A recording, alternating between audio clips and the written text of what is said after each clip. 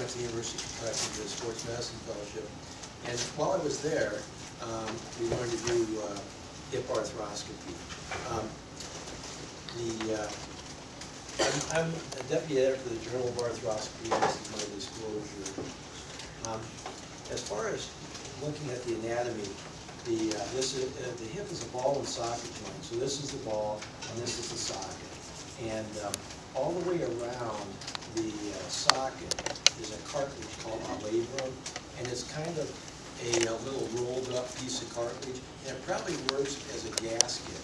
So it probably works to contain fluid within the hip, so the fluid nourishes the cartilage in the hip a little bit better.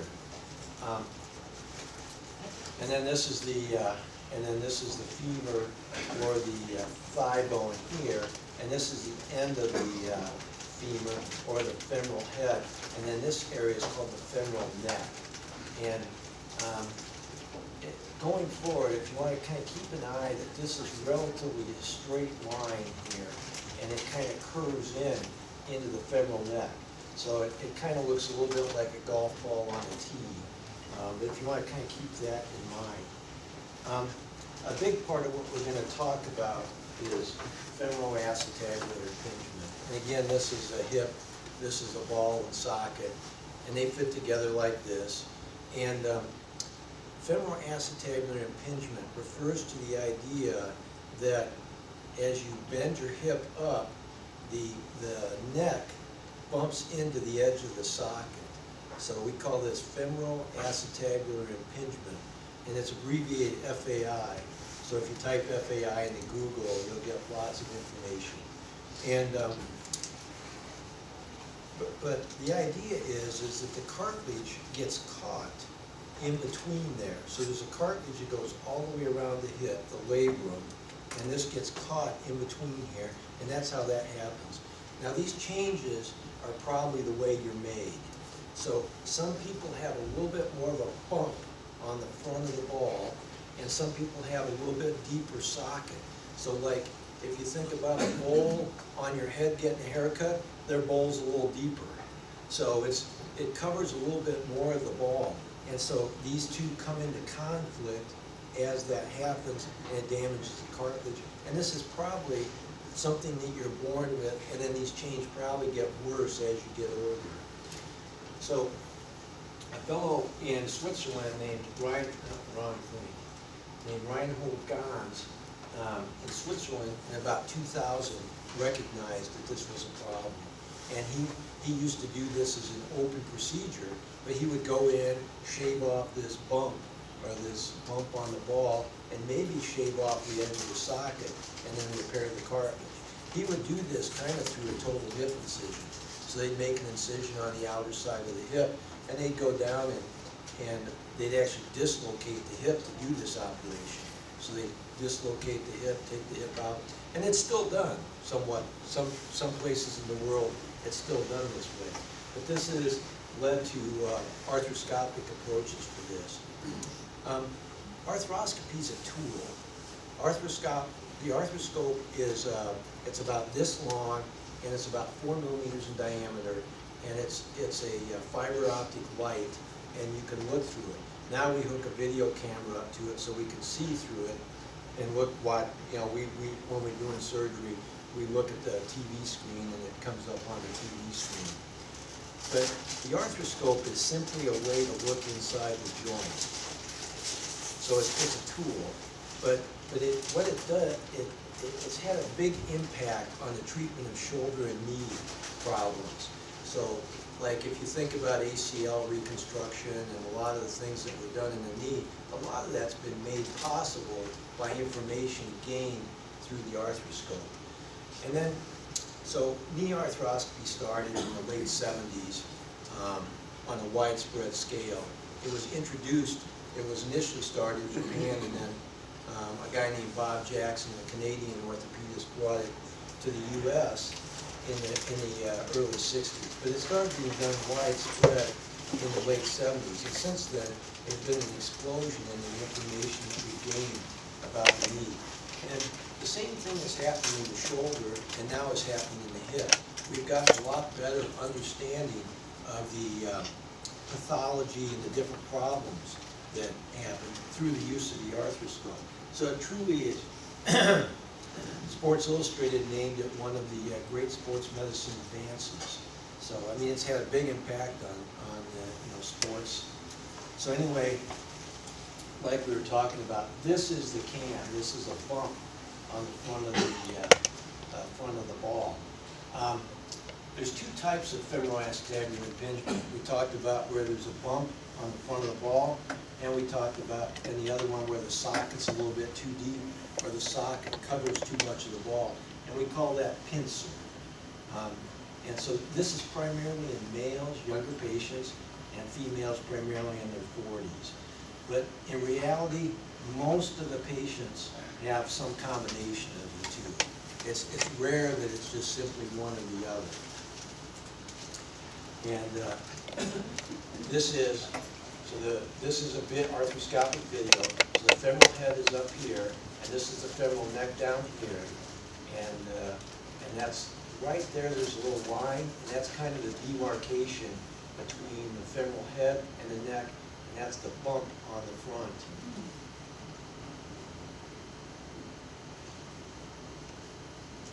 So, like we talked about, when these two come together, it tends to pinch the labrum or the cartilage that goes around the socket.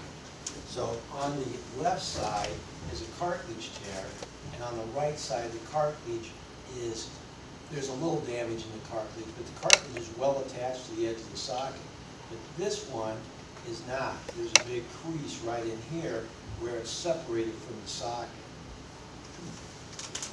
So this is a cartilage tear on this side. The cartilage is mostly intact on this side. Does that all make sense to everyone? Kind of hard to see. So the key thing is that there's lots of other reasons for the hip to hurt. While femoral acetabular impingement is the most common in young adults, there's lots of other reasons for it to hurt. And this is an example of arthritis. This is where the ball and the socket are a lot closer together than they should be, and that's because the cartilage has been worn away. There's two types of arthritis, and they're probably going to talk a little bit more about this, but there's the wear and tear arthritis, and there's the type that you get with inflammatory, like rheumatoid arthritis, or lupus, or psoriatic arthritis. And this is a young gal who has a dysplastic socket. So her socket actually doesn't cover as much of the ball. If you look carefully, it doesn't even cover as much of the ball as the other one does. So she has a relatively shallow socket, and this can be a source of hip pain as well. And this patient has a process called avascular necrosis, and that's where part of the bone is died.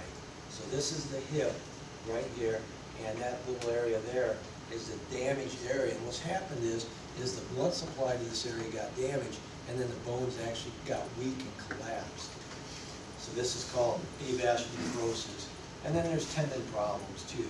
And this particular patient, this is the hamstring tendon where it attaches on the sits bone, and the hamstring tendon normally should come up and attach on here. And this could be another source of pain around the hip. And the point isn't necessarily that you need to know the difference between all these. The point is that we need to know the difference between all these so that you can treat the appropriate issue. Now, as far as femoral, from here on out, we'll talk primarily about femoral acetabular impingement, but most of it actually gets better with non-operative treatment. So the key, I think if you don't remember much else about what I say, this is really the important point. So even though that you can have these abnormalities of the hip, you can have a bump, maybe your socket sticks over a little bit more, many people get better without surgery. And I featured a little bit like, you know how there's a range in the size of people's noses. Some are bigger, some are smaller, and this is probably similar. Some have smaller bumps, some people have bigger bumps, some people have no bumps. And the relationship to pain is not always exact. Meaning if you've got a great big bump, you don't always have the most pain. And it's not, you know, it's one of those things that we don't understand really perfectly as to why some people have a lot of pain with relatively smaller deformities, and some people have bigger deformities and have very little pain. So it's one of those things that, you know, that we're going to learn more about. But the point is that there's a range for this, and you can be within that range and still have pain, and you can be within this range and not have pain. So we try and get rid of your pain. Until we understand this more perfectly, we try and get rid of your pain. And these are things that all help. You put about 2 times your body weight across your hip. So if you take off 10 pounds, you take 20 pounds off your hip. And I mean, I have people tell me every day that when they carry in a bag of groceries, their hip hurts more. And so if you think about a bag of groceries, it's probably 20 pounds. So even taking off a relatively small amount can help. Actually being as active as you can is to your advantage. Your body makes endorphins when you're active. Endorphins help with pain relief. They also make you feel better. So as much as you can be active, that's to your advantage. You have a question? Yes, where does the patient feel the pain? Is it in the front or on the side from a hip problem? Yeah, we were talking a little bit about that. Most people get it in the groin, but some people get it all the way around. Some people even get a buttock. Some people get on the outer side of the hip. But it tends to be around the hip. So, you know, now obviously if you've got hip problems, sometimes it's difficult to do all the activities that you normally do. But in general, lower impact activities, walking, biking, rollerblading, yoga, those are swimming. Those are things that, you know, many hip patients are able to do. Not all, but many hip patients are able to do. So we encourage you to be as active as you can. Physical therapy to strengthen the muscles around the hip actually works really well. So if you can make the muscles around the hip stronger, like the core muscles, then what happens is the hip works more efficiently, and you're, you know, offloading as well, the hip. So it tends not to be as painful, it tends to be helpful. And we do use injections.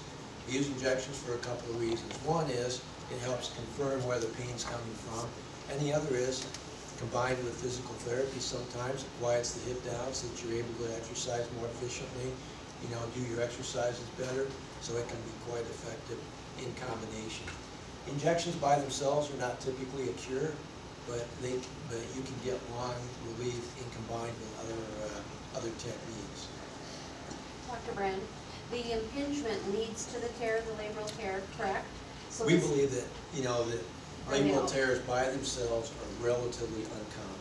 Oh, okay, Yeah, okay. probably 95% of them are Okay. from, yeah. So this non-operative treatment then applies to those with the tear? Yep, Yeah. exactly. Yeah. So so everybody, I mean, I see patients every day, and they go, well, if I've got a tear in my hip, how is physical therapy going to help that? And so the best example is the shoulder. So there's a tear, there's a labrum in the shoulder, and it's called, it goes all the way around, and there's a particularly common throwing injury, it's called a slap tear, superior labral tear from anterior to posterior. And so it's particularly common in throwers and baseball players. So when we first recognized this problem about 1990 or thereabouts, when we first figured it out, we thought, here's another thing we can operate on. So we started operating on it, and the results were not that good. So we started treating these patients with cartilage tears, with rehab, and they actually did better. They had a better chance of going back to throwing at the same level than they did if we did surgery. Now we still do surgery occasionally on them, but it's a much more selected group. So there's situations where you can have abnormalities that that are relatively common, but they're compatible with function. And this is probably one of those situations. Will the symptoms from FAI to a true labral tear, will it how will they progress from the patient? Will they be, like, will it be instability, or will they have more pain, or? I mean, occasionally people say, you know, I've got snapping in the front of my hip. But most people, it's primarily pain, and there's not a great change in the character of the pain or the problems that they're having. There's not typically a great change with that. Good questions, though. So I just have some examples here. And so this is a 57-year-old with groin pain. Again, if you look at, you can kind of see how this would be the area where the ball normally stops, but his ball sort of continues down here. That's his cam lesion. And so again, if you look at this, it looks relatively straight across here. But he has his sort of head continues down in this area. So here's what we do, is we actually, on the left, we shave this off. So this is, we're looking through the arthroscope, and this is a high-speed shaver. It looks a little bit like a Dremel tool, has a burr on the end of it, and we use it to take down the bump. So femoral head is up here, femoral neck's down here. This tissue here is the capsule. And we make a small hole in the capsule in order to look inside a little bit better. The hip has a relatively thick capsule, and it's difficult to move the instruments without making this a little bit bigger. We usually put stitches in the capsule at the end of the procedure to help get it to heal.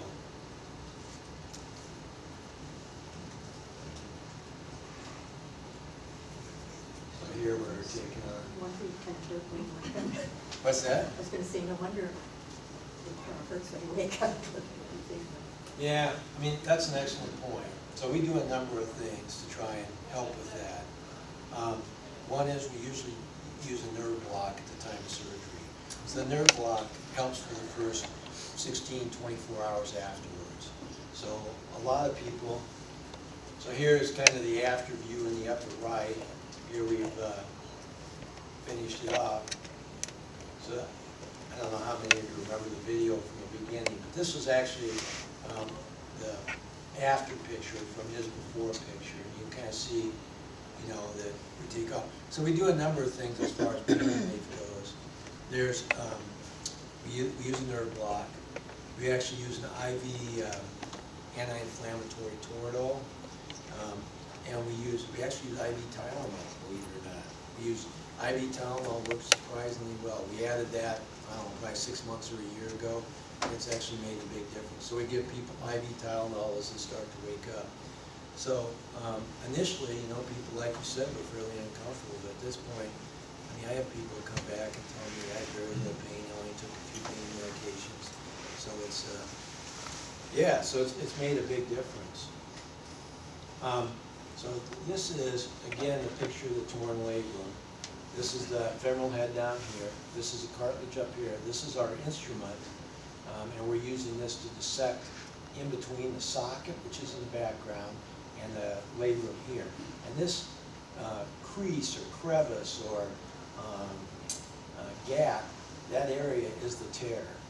And so we're doing this. Unfortunately, I don't have a great video of the labral repair itself, but this is what it looked like after we repaired it. So this is the ball, this is the labrum, and you can see the stitch across it here. So what we do is we wrap a stitch around it, and then we put an anchor up into the socket, and it pulls the labrum up against the bone.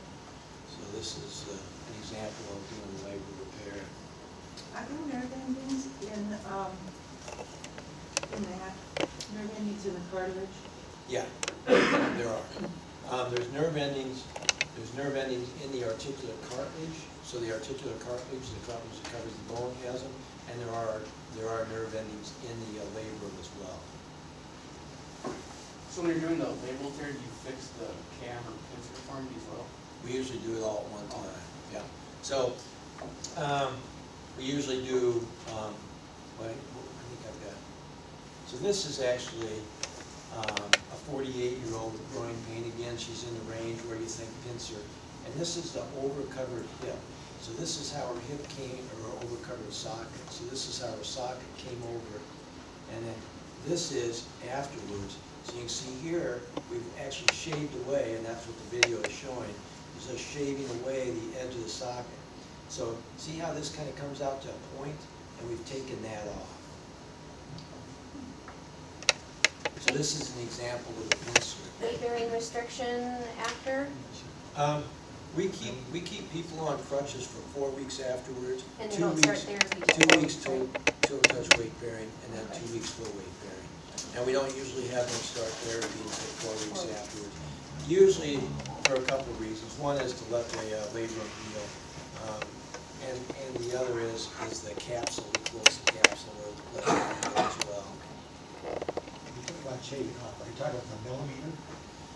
This gap here, you can kind of see where it is here and here. We took off 3 or 4 millimeters here. Is that likely to grow right back when you take off like that? It's not impossible. So we do a couple of things for that. One is we have people take a leave for a week afterwards. We have take one twice a day for a month afterwards. The leave actually helps stop the bone from growing back. Patients who are at high risk to have the bone grow back, and there's some people that are high risk, we can actually use a radiation. So we have them go and see the radiation therapist within 24 hours of surgery, and they get a relatively high dose of radiation, like 750 rads, and that'll stop it from growing back. But it's a risk, it's no question. Any other questions? So this is a 42-year-old farmer, and he has hip pain, and he has an extra piece of bone here at the edge of his socket. This is called an os acetabuli, but it's an extra little piece of bone. He was born with this, and it's probably gotten a little bit bigger over time. And he actually has this on the other side. He has the same thing on the other side, and we haven't operated on the other side. We've just done this one. But again, this is a CT scan. This is a 3-dimensional reconstruction. So you can see that, I mean, you can look at this and go, okay, well maybe if I got blue arrows to help me out, I can see this. But here, most of us can look at this and see that that doesn't look normal. So that's the advantage. We get a CT scan before surgery, and that's the advantage that the CT scan offers us, is it gives us a way to kind of look at this in a simplistic way. So here's his, I don't know how well this shows up, but this is his pre-op x-ray. So there's the os acetabuli. And here we've got a picture, this is our shaver. You can see we've got the shaver right on it. And then here it is afterwards, you can see we've taken it out.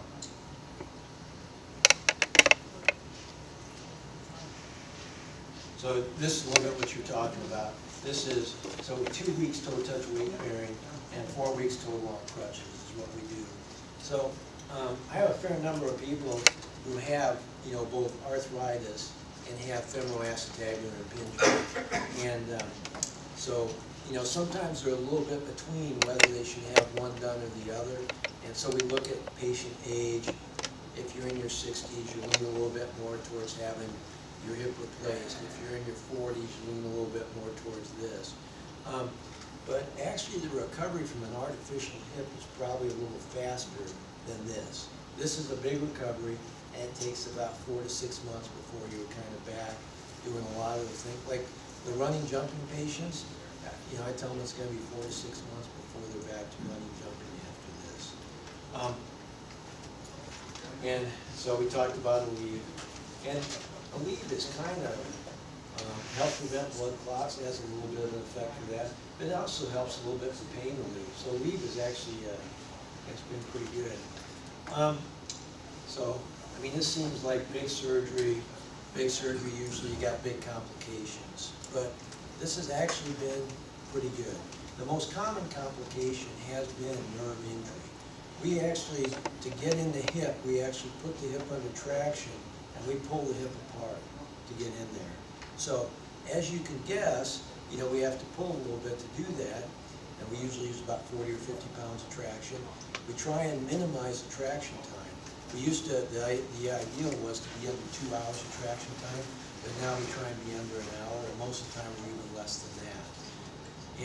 But if you're pulling on a leg, you can imagine it does stretch the nerves around the hip. So it used to be pretty common for people to get numbness around the hip. But that's much less common since we reduced the traction time. That's actually the most common complication. So, you know, nerve injury sounds awful, but most of them are the sensory nerves, and it's mostly numbness, although as they start to wake up, sometimes you can get some burning from that. So it can be, you know, not as, I kind of making it sound like it's not a big deal, but really it can be a big deal. And then obviously bleeding, infection, and Douglas County Hospital, we're blessed to have a very low infection rate, less than 1%. So it's been, you know, that's been really good. And then the most common, the second most common thing is people don't get better. But the results have been good. I think we were talking out in the lobby, and the big thing is, the big risk factor is arthritis. If you got arthritis, the results of this surgery are not going to be as good. And sometimes it's a little difficult to tell what's too much arthritis and what's going to allow us to have a good result. But that's been the most common, probably the most common reason to not have a good result. Any other questions or anything?